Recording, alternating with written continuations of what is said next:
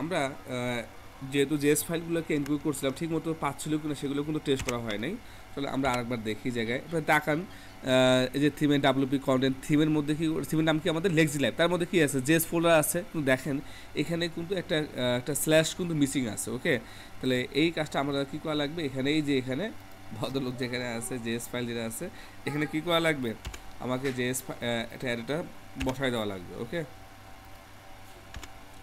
তাইলে দেখবেন কি আমাদের যত যে কোয়েরি যেটা আছে সেটা কিন্তু পাওয়া যাবে।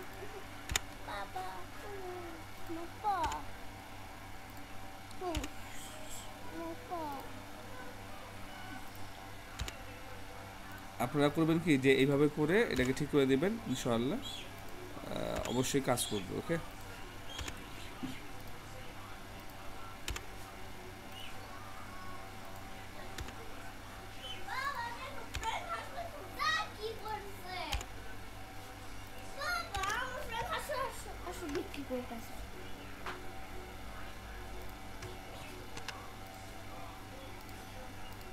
আমরা একবার রিফ্রেশ দেই।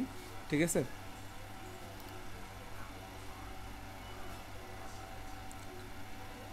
দেখেন স্লাইডারটা কিন্তু ঠিকমতো কাজ করতেছে। ওকে, এবং আমরা যেগুলো কন্ট্রোল ইউ চাপ দিই এখানে আমরা যদি তাকাই দেখেন এবার কিন্তু ঠিক মতো জিলে আমাদের যে থিমটা আছে ওর মধ্যে জেএস ফোল্ডারের মধ্যে দেখেন সব কিছু কিন্তু ঠিক মতো পাওয়া গেছে। ওকে, তাহলে আপনারা ঠিক মতো প্র্যাকটিস করেন, ইনশাআল্লাহ আপনারা ভালো কিছু করতে পারবেন। দেখা হচ্ছে পরবর্তী ভিডিওতে।